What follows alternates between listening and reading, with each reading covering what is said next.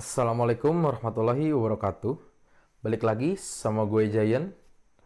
Gimana kabar kalian semua?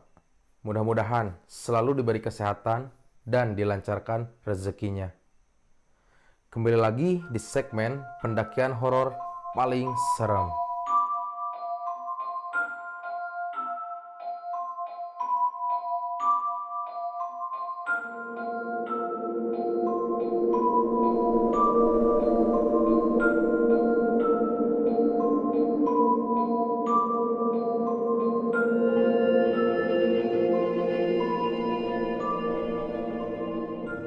Di video kali ini, gue dikirim cerita dari salah seorang narasumber, sebut saja namanya Hendro.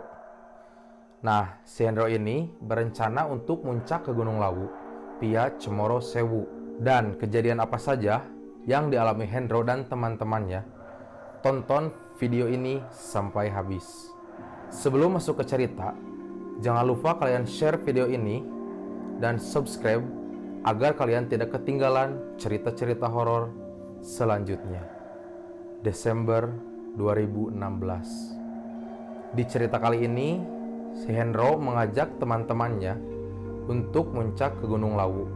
Nah, Hendro ini kuliah di salah satu universitas di kota Jakarta. Setelah dia menge-share melalui via WhatsApp, mereka semua sepakat untuk pergi ke Gunung Lawu.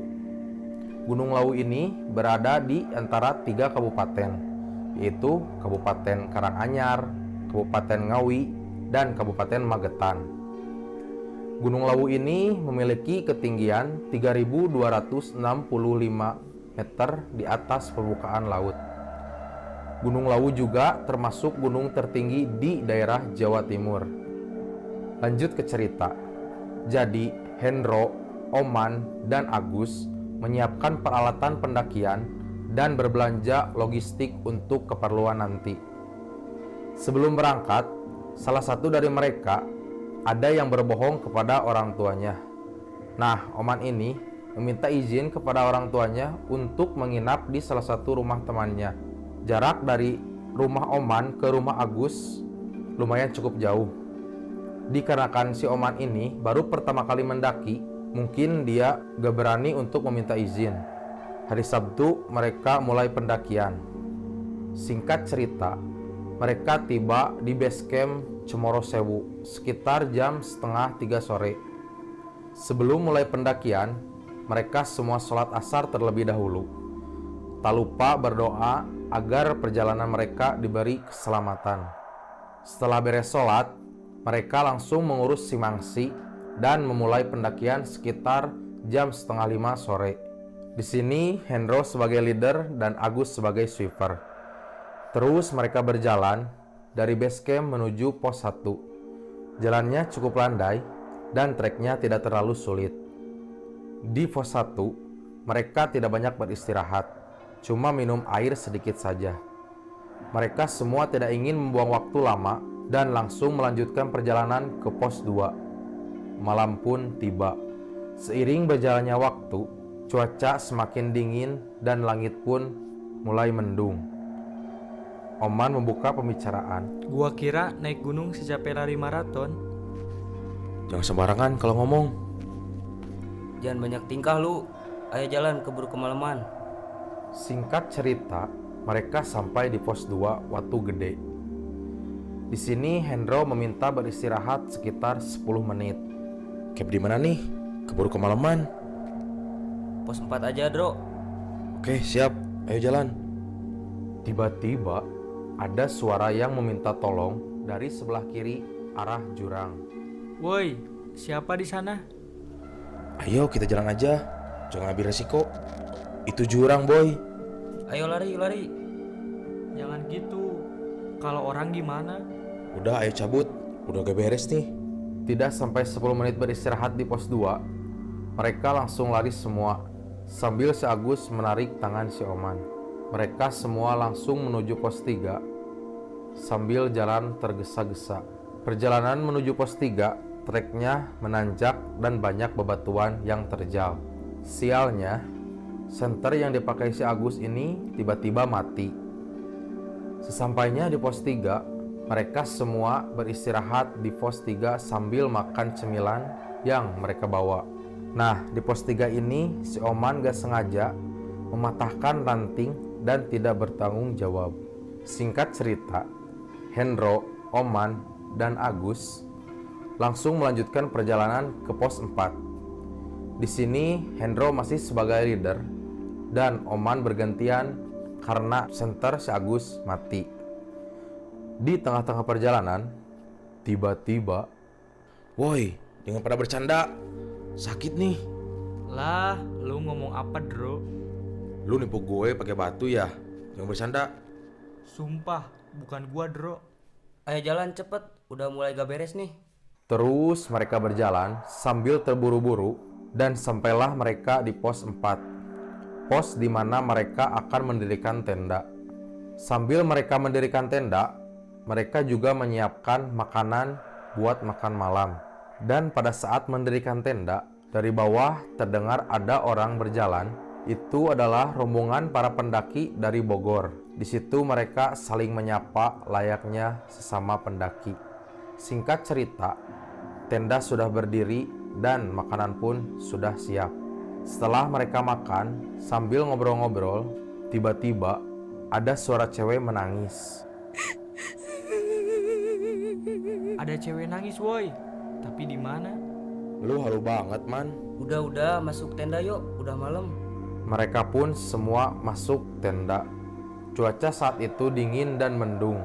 Di sini Hendro dan Agus sudah tidur pulas. Nah, si Oman tidak bisa tidur dan begitu gelisah. Oman ini mencoba untuk keluar tenda. Tiba-tiba pas mau keluar tenda, si Oman mendengar yang sedang berjalan dari arah bawah. Padahal waktu itu menunjukkan sekitar jam setengah 1 malam. Setelah bikin kopi, Oman ini merasa ada yang aneh.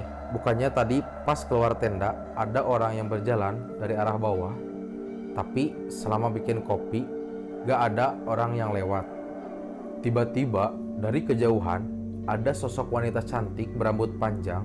Sosok wanita ini menatap ke arah tenda dan melambaikan tangan ke arah si Oman. Dikarenakan penasaran dengan wanita tersebut, Oman langsung menghampiri dan anehnya, posisi wanita tersebut semakin jauh. Padahal sudah berjalan cukup jauh dari arah tenda. Tiba-tiba ada suara. Saat itu, dia langsung lari ke arah tenda sambil membaca doa. Hujan pun tiba. Lalu Oman masuk ke dalam tenda. Di dalam tenda, si Oman ini gelisah dan tidak bisa tidur. Waktu itu menunjukkan jam 2 pagi. Nah, si Hendro ini kebangun. "Lah, lu kenapa gak tidur?" Gua gak bisa tidur, Bro. Gua terus diganggu. "Lu kebanyakan halu, makanya jangan ngelamun. Udah sana tidur, gue mau kencing dulu." Kemudian Hendro keluar dari tenda. Di luar masih gerimis. Nah, si Hendro ini kencing agak jauh dari arah tenda. Tiba-tiba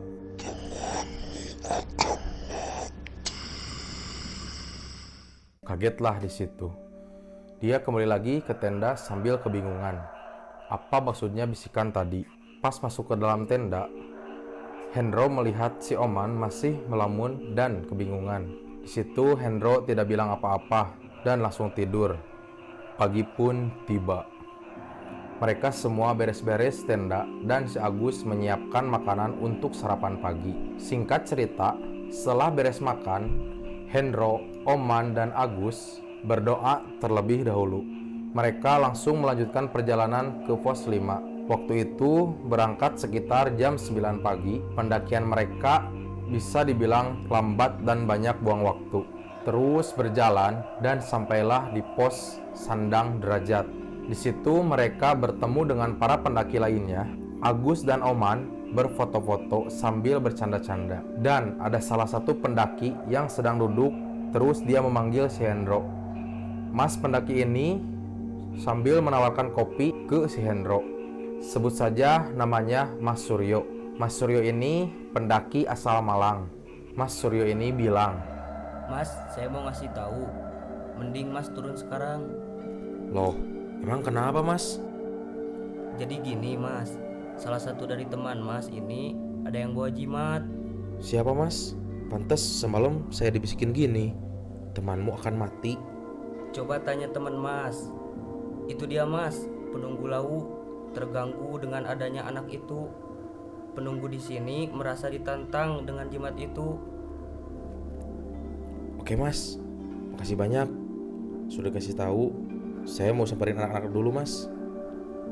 Setelah mengobrol panjang lebar dengan Mas Suryo, si Hendro ini langsung menghampiri Oman dan Agus.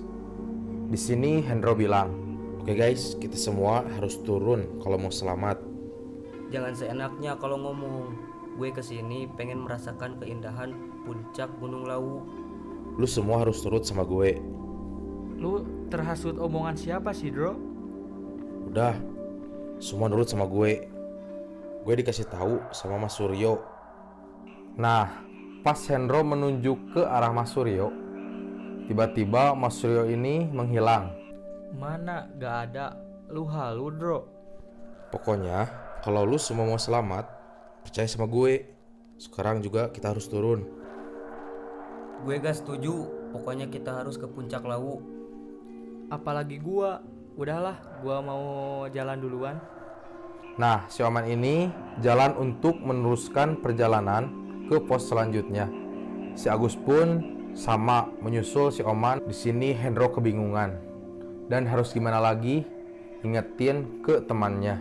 Tiba-tiba sekitar 10 menit dari pos 5, si Oman ini terjatuh dan pingsan. Di sini Hendro langsung menghampiri si Oman. Gue mau tanya sama lu Gus, Ada apa lagi, Bro? lu kesini bawa jimat? Gila lu. Gue punya jimat dari mana coba? Kalau bener lu gak bawa jimat kesini, sekarang kita coba periksa tasnya si Oman. Benar saja, pas Hendro dan Agus menggeledah tasnya si Oman, ditemukan satu kris kecil dan kertas yang ada tulisannya. Mungkin itu ajimat yang dimaksud Mas Suryo tadi. Tiba-tiba Oman kerasukan. Anak ini tidak bisa pulang dan pasti akan mati. Di situ semua panik. Tak lupa mereka berdoa dan membaca surat-surat pendek sebisa mereka. Di sini mereka berdua kebingungan, apalagi si Agus yang semakin ketakutan karena mendengarkan perkataan jin yang merasuki tubuh si Oman. Lu dengar sendiri kan? Gue bilang tadi apa? Balik ya balik. Iya, Bro. Ya udah, nunggu si Oman sadar, kita semua langsung turun. Hampir 2 jam Oman pingsan. Dan alhamdulillah, setelah Oman sadar, Agus dan Hendro langsung memberikan air minum. Di situ Oman merasa kebingungan. Gua kenapa? Lu kerasukan setan. Gus, jangan sembarangan Gus. Enggak man, lu cuma kecapean aja. Gimana, lu udah segar? Tadi lu hampir 1 jam tidur. Di sini Hendro masih merahasiakan apa yang dialami oleh si Oman. Astaga, kenapa kaki gua gak bisa gerak? Gak kenapa-napa, cuma tadi akibat lu kepleset. Ya udah, kita semua turun sekarang. Kita bopong si Oman. Jadi mereka semua memutuskan untuk turun. Waktu itu sekitar jam 1 siang. Di tengah-tengah perjalanan turun, mereka saling berpapasan dengan pendakian lain. Tiba-tiba, dari cuaca yang begitu cerah, kini cuaca berubah menjadi mendung seketika. Mereka langsung buru-buru untuk sampai di pos 4. Sesampainya di pos 4, mereka beristirahat dan benar saja, hujan langsung turun. Di situ Hendro dan Agus langsung mendirikan tenda. Tiba-tiba Oman kembali kerasukan. Di sini mereka kebingungan. Tenda belum beres, Oman kesurupan. Kacaulah mereka semua. Tak lupa mereka terus berdoa. Lagi-lagi penunggu di sini bilang,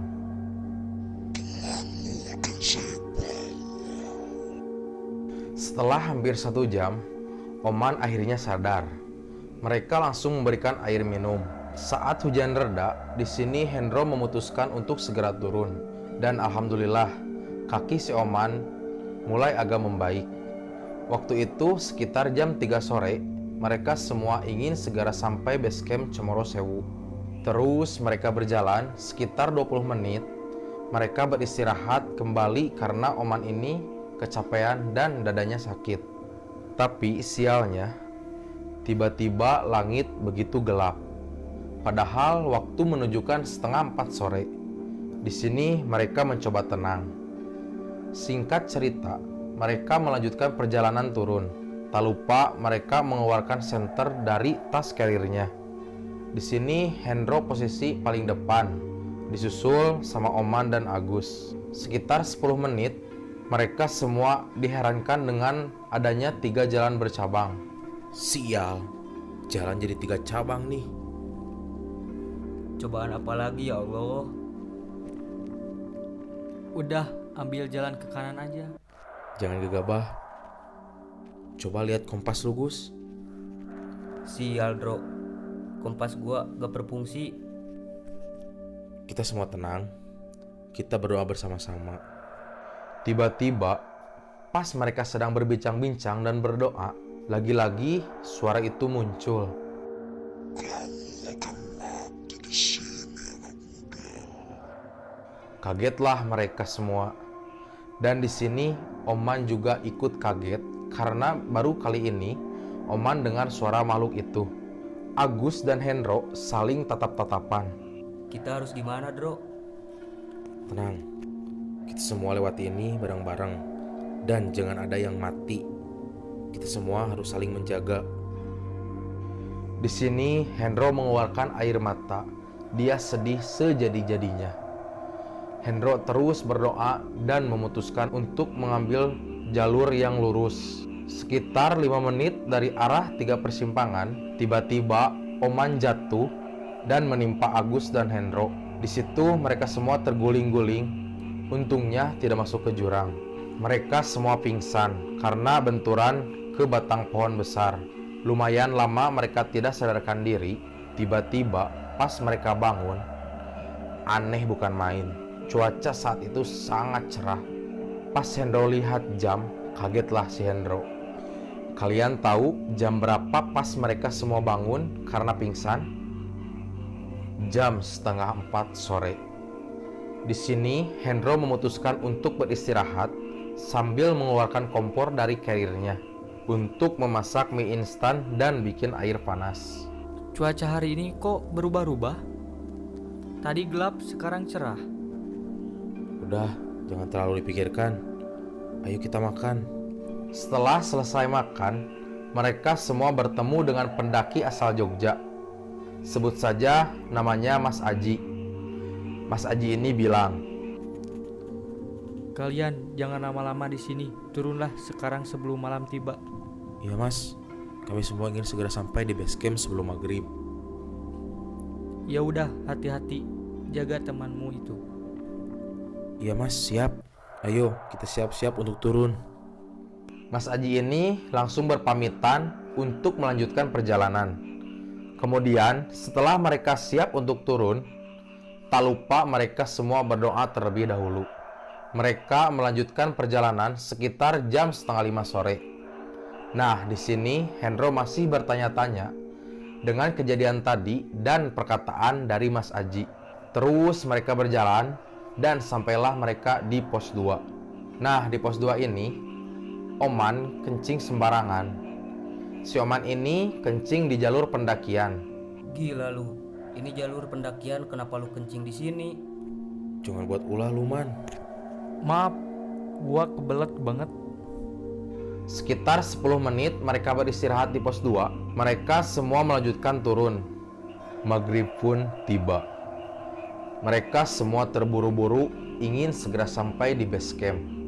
Di tengah-tengah perjalanan, di sini Oman berteriak, Tolong, gua mau pulang. Woi, sadar man.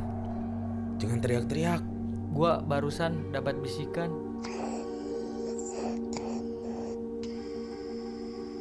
Oke.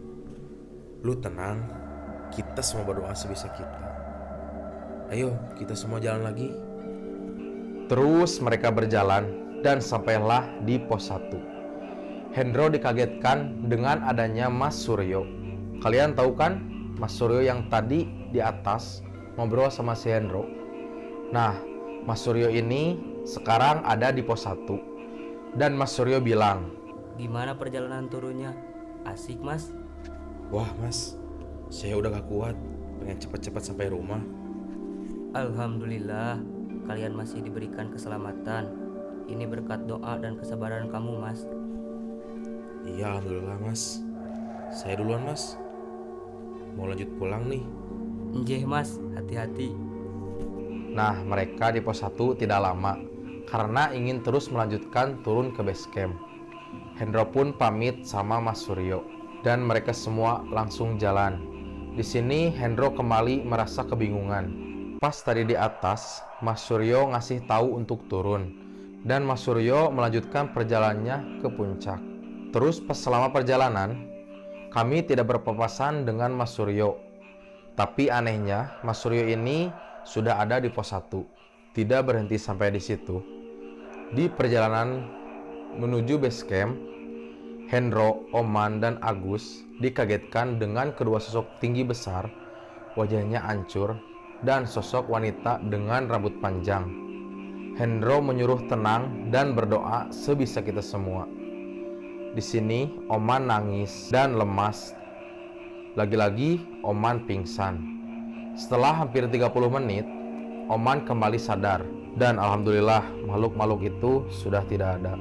Singkat cerita, mereka sampai di base camp Cemoro Sewu sekitar jam setengah 9 malam. Di situ mereka langsung bersih-bersih dan pulang. Di perjalanan pulang, Hendro dan Agus menegur dan mengingatkan Oman kalau nanti mendaki lagi jangan bawa ajimat atau apapun yang bisa mencelakakan karena itu menantang penunggu gunung tersebut. Untung saja kita semua selamat. Itu yang dikatakan si Hendro dan Agus. Di situ Oman meminta maaf kepada Hendro dan Agus untuk tidak mengulanginya lagi. Tibalah mereka di rumah masing-masing. Begitupun Oman yang langsung meminta maaf kepada orang tuanya karena tidak jujur dan langsung memberikan azimat itu kepada bapaknya. Si Oman ini cerita kepada orang tuanya soal kejadian di Gunung Lawu. Sekian cerita pendakian Hendro di Gunung Lawu. Gimana tuh ceritanya? Bagi kalian yang punya pengalaman di Gunung Lawu, bisa tulis di kolom komentar. Saya mau mengingatkan, kalau ke gunung, janganlah bawa ajimat atau apapun. Nantinya bakal tanggung sendiri akibatnya. Bagi kalian yang punya cerita pendakian horor, bisa kalian kirim ke alamat email di bawah ini. Yang suka dengan video ini, jangan lupa kalian like dan subscribe ke channel ini supaya kalian tidak ketinggalan cerita-cerita horor selanjutnya. Gue Giant, sampai ketemu di cerita PHP selanjutnya.